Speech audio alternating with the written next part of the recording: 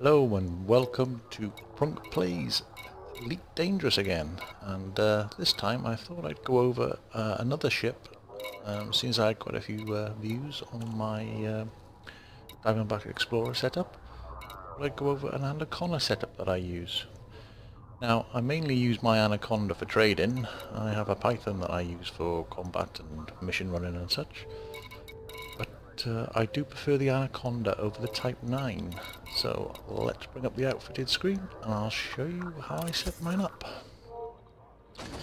Now, I basically only carry 2 beam lasers with me, because I find if I am interdicted, these are more than adequate to get rid of anything really. The only thing I wouldn't go up against really is another Anaconda. Anything lower than that, I've never really had any problems.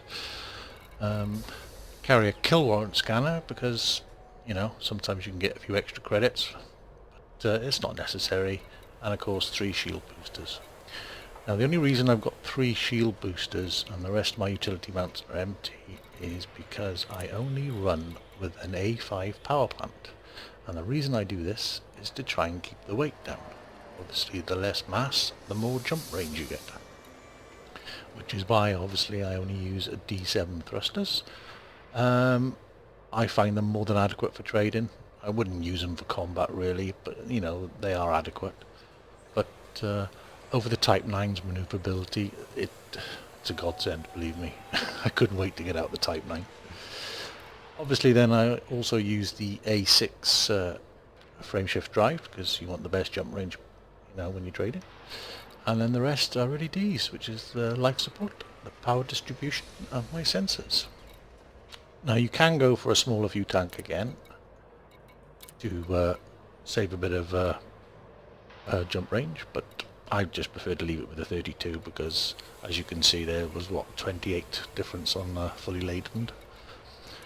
And the rest then are cargo racks.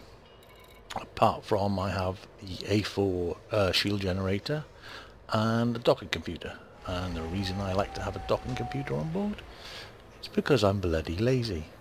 When you're flying back and forth trading, it does get a bit boring, and I usually just, once I get in range of a station, leave the docking computer dock and go away, make a cup of tea or something and come back. I do find the docking computer is a lot better than it used to be. It used to be hit or miss whether it would get you in without any damage, but now I find the docking computer quite reliable. I've never had an issue with it.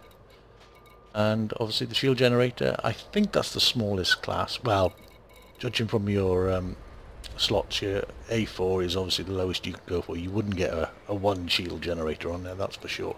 So that gives you enough added protection. And with the shield boosters, it's more than enough, I find. In fact, I've never even come close to being destroyed in this. Now I play in PvE mode more than anything. I don't really bother with PvP much. But you could adapt this in a way. You could fit a larger power plant, go up to an A6 maybe, and then you could fill the rest of those modules with more shield boosters and you'd still have room. Now the difference in tonnage, I think it's only about 50 tons. I think my Type 9 was set up for 500 tons, but mine is 448. So you're not losing a lot really, and for the extra speed for docking in stations and stuff, it's so much easier. It is quite an expensive ship for trading, but then if you're making the money, then you know it's worth doing. Okay, well I hope you enjoyed this short video, and I'll see you next time.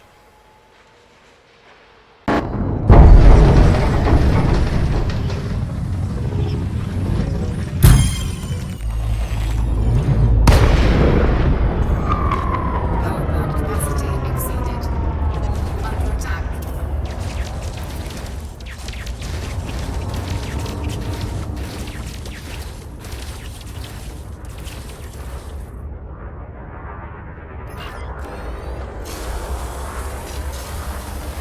Target shields offline.